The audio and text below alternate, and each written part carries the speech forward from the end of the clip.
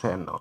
Oke, buat teman-teman yang klik video ini, saya harapkan mudah-mudahan teman-teman masih dalam kondisi sehat walafiat. Oke guys, kembali pada kesempatan kali ini saya coba bikin video reaction kembali. Oke, Indonesia menembus 7 besar ekonomi dunia. Satu kabar yang mengembirakan teman-teman ya. Satu kabar yang membanggakan ya. Hal ini dikemukakan sendiri oleh Pak Jokowi. Dan video yang saya ambil dari channel Elit Indonesia ya. Oke, langsung aja teman-teman, sebelum kita berkomentar, kita saksikan dulu videonya. Jangan lupa subscribe channel ini dan channel Elit Indonesia tentunya ya. Langsung aja, Indonesia menembus ekonomi 7 besar dunia. Dalam jumlah kasus dan jumlah kematian, Indonesia jauh lebih baik ketimbang negara-negara lain dengan jumlah penduduk yang besar. Sebaiknya kalau membandingkan, ya seperti itu. Kalau Indonesia dibandingkan dengan negara-negara kecil yang penduduknya sedikit, tentu perbandingan seperti itu tidak bisa menggambarkan keadaan yang sebenarnya. Dalam hal ekonomi, pencapaian kita juga tidak jelek-jelek amat. Ekonomi kita menurun, ya betul, itu fakta. Tapi mana ada negara yang tidak menurun ekonominya? Bahkan ada banyak negara lain yang harus memikul beban ekonomi yang jauh lebih parah.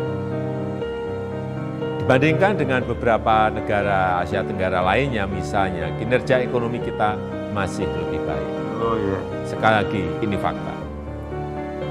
Ini harus kita ambil hikmahnya agar kita juga tetap optimis, dan tidak kehilangan harapan. Harus tetap optimis ya. Sekali lagi, saya tegaskan, kita harus tetap optimis.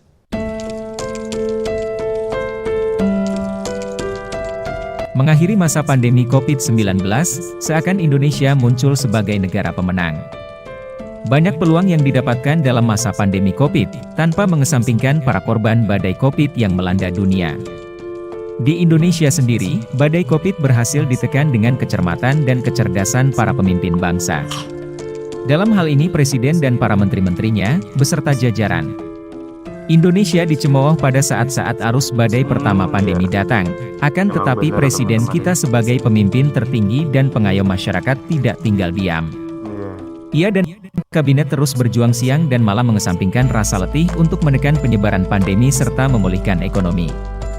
Dengan berpikir objektif dan rasional, betapa beruntungnya bangsa ini memiliki pemimpin seperti Jokowi. Menurut laporan World Economic Outlook IMF edisi Oktober 2022, ekonomi Indonesia berada di atas Brasil, Inggris dan Perancis. Kita patut berbangga dengan pencapaian ini. Namun kita tidak boleh puas, karena posisi ini kami rasa masih sangat wajar bagi bangsa sebesar Indonesia. Hanya saja sedikit lebih baik di posisinya, dan jauh lebih baik dari dekade-dekade sebelumnya. Kerja keras Presiden dan jajarannya membuktikan Indonesia memiliki kualitas para pemimpin yang sangat berkompeten. Bagaimana tidak, dihantam badai pandemi dan ekonomi terdahsyat di era modern, Indonesia berhasil lolos dari lubang jarum resesi. Indonesia berhasil mempertahankan posisi negara terkaya dengan PDB di atas $1 triliun, dan masuk jajaran grup triliun dolar klub. Lalu mengapa masyarakat Indonesia rata-rata masih belum lebih sejahtera dari negara-negara tetangga? Apa Indonesia tidak sanggup? Dengan tegas kami mengatakan, Indonesia sebenarnya dengan sangat mudah jika ingin membuat masyarakatnya jauh lebih kaya dan sejahtera. Ada faktor yang akan kami sajikan di video berikutnya, yang membuat Indonesia masih harus bersabar untuk membuat seluruh lapisan masyarakatnya sejahtera. Percayalah, kesejahteraan masyarakat Indonesia nantinya akan dilandasi pondasi yang kokoh, bukan sejahtera dengan pondasi yang kopong. Karena tidak henti-hentinya kami mengingatkan, kalau kita punya tanggung jawab yang besar kepada generasi penerus kita bangsa Indonesia. Kita akan torehkan tinta emas di masa mendatang, bahwa generasi kita adalah generasi yang bertanggung jawab. Kembali ke topik pembahasan utama. Oke. Jikalau kita mau menelisik lagi, bagaimana kepiawaian Jokowi dalam memenangkan pertarungan? Musuh terbesar pada saat pandemi COVID melanda bukan saja dari COVID tersebut, tetapi banyak musuh dalam selimut yang menginginkan pemerintahan Jokowi runtuh. Baik Yang secara tidak ekonomi suka, ya. maupun mental. Desakan lockdown total dari kalangan tertentu, bukan sesuatu yang asing lagi di telinga kita pada saat itu. Iya, bener banget. Tujuan utamanya apa? Tentu saja bukan memutuskan rantai penyebaran virus. Dan kalian dapat dengan mudah menebaknya sendiri. Namun, bukan pada Jokowi namanya, kalau langsung terkecoh begitu saja. Oh iya. Jokowi dengan rasa kecintaan yang besar terhadap bangsa dan negara, Emang Indonesia terus nggak berpikir keras lockdown dalam mencari celah sepenuhnya, ya? agar Indonesia dapat Kemarin. lolos dari jeratan keadaan yang menerpa. Jokowi tahu persis ada cahaya terang, atau jalan tembusan alternatif dalam melewati rintangan yang sulit. Dengan sigap Jokowi mengganti lockdown dengan PSBB, yang memungkinkan para pekerja harian masih bisa mencari nafkah. Oh iya.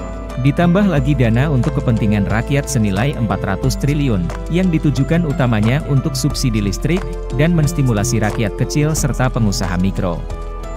Membuat ekonomi Oke teman-teman ya, emang bener ya di Indonesia kemarin waktu COVID-19 bener-bener gencarnya itu emang Indonesia nggak lockdown full ya.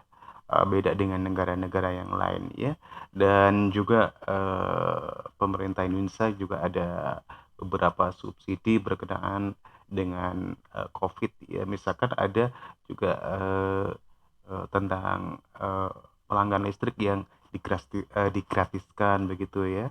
Oke, langsung lanjut ya. kita akhirnya terselamatkan.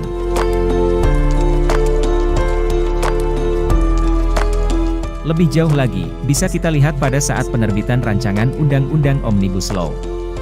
Pada saat itu, kita melihat serangan masif terhadap pemerintah untuk menggagalkan penerbitan RUU tersebut dengan bermacam-macam dalil. Belakangan kita tahu, bahwa demo tersebut selain ditunggangi oleh pihak yang berseberangan dengan pemerintah, juga disponsori oleh pihak asing. Ini juga menjadi sebuah fakta isyarat bahwa, banyak negara yang menghalangi Indonesia untuk maju. Dikarenakan dampaknya akan sangat besar bagi kepentingan mereka. Bahkan, beberapa jam sebelum ketuk palu pengesahan RUU Omnibus Law, 35 perusahaan investasi melayangkan surat kepada pemerintah guna memperingatkan bahaya RUU tersebut terhadap lingkungan. Mungkin ada benarnya, tapi Indonesia yang sekarang tidak bodoh lagi. Indonesia jauh lebih cerdas, bahkan pernyataan seperti itu hanya dilihat seperti cuitan anak SD bagi Indonesia. Poin utamanya sudah lebih dulu dengan sangat mudah diterjemahkan oleh para pemimpin kita. Bukti nyata sudah kita rasakan dari RUU tersebut. Dan dalam implementasinya, pemerintah kita seakan mempunyai bakat alami. Sehingga dinilai sangat piawai dalam menjalankannya tanpa menggadaikan identitas bangsa. Dalam artian Indonesia tidak ingin kecolongan seperti tetangga sebelah yang banyak dimasuki bangsa asing. Kita ingin berdaulat di negeri sendiri dengan mengutamakan masyarakat lokal, yang memang daerah asal masyarakat tersebut juga berasal dari bagian bumi pertiwi Indonesia. Negara pesaing sangat memahami betul potensi Indonesia, yang dapat mendominasi negara-negara di dunia, terutamanya di kawasan. Oleh sebab itu, negara-negara lain dengan senang hati memberi dana sponsor untuk ketidakstabilan politik, ekonomi, maupun keamanan di negara kita. Namun dengan pemimpin yang cerdas, Indonesia berhasil membuat iklim investasi yang baik. Sehingga banyak perusahaan raksasa yang berpindah dari negara tetangga ke negara kita, dengan membuka peluang lapangan pekerjaan baru yang besar.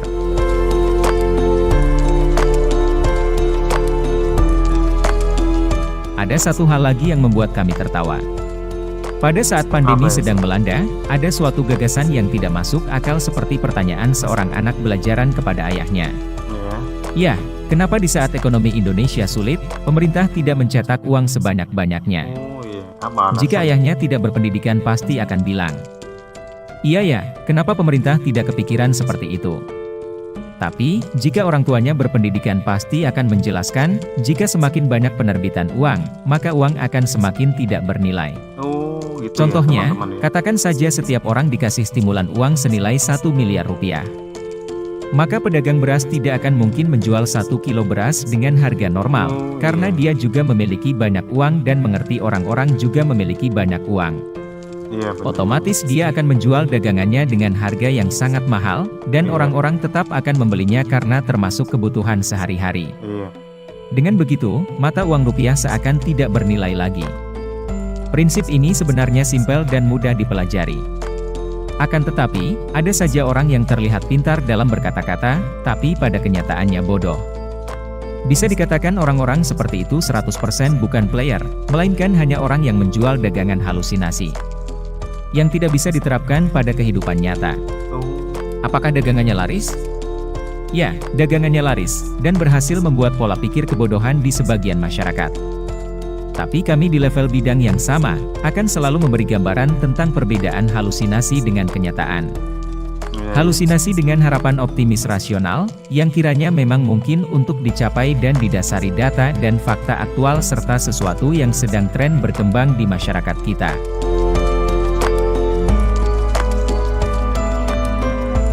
Harus kita akui, kerja keras pemerintah di bawah kendali seorang Jokowi, telah mengangkat marwah bangsa Indonesia di mata dunia. Bangsa kita tidak lagi dianggap bangsa rendahan.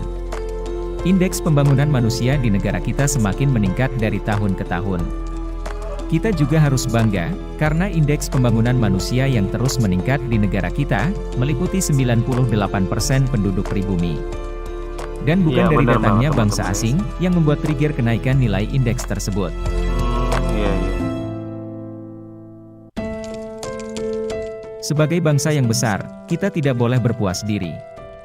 Mungkin sekarang kita baru berada di peringkat ke-7 dari 152 negara, dengan penghasilan PDB terbesar. Namun, jika dilihat dari kemungkinan meningkatnya peringkat Indonesia dalam beberapa dekade ke depan, sangat memungkinkan Indonesia menempati urutan ketiga di bawah China dan Amerika. Wow, insya Allah ya. Optimis di masyarakat adalah kunci kemajuan negara Indonesia.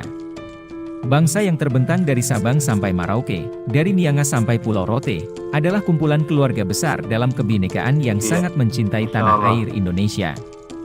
Bersama kita bisa, karena kita yakin Tuhan Yang Maha Esa, selalu menyayangi negeri tercinta kita, rumah kita bersama, Indonesia nan jaya. Oke, teman-teman, demikian ya. Satu video ungkapan dari Jokowi ya, di mana Indonesia menempati urutan ke-7 dunia sebagai ekonomi terbesar ya. Seharusnya kita sebagai warga negara, rakyat Indonesia wajib berbangga, dan tentunya kita mengharapkan bahwasanya pemimpin-pemimpin kita harus lebih amanah lagi, teman-teman ya. Dan kita harus mendukung ya sepenuhnya pemerintah kita. Insya Allah semua itu buat kemaslahatan seluruh rakyat Indonesia, kemakmuran seluruh rakyat Indonesia ya. Oke teman-teman, demikian ya satu video, dan jangan lupa subscribe. Terima kasih, sampai jumpa lagi.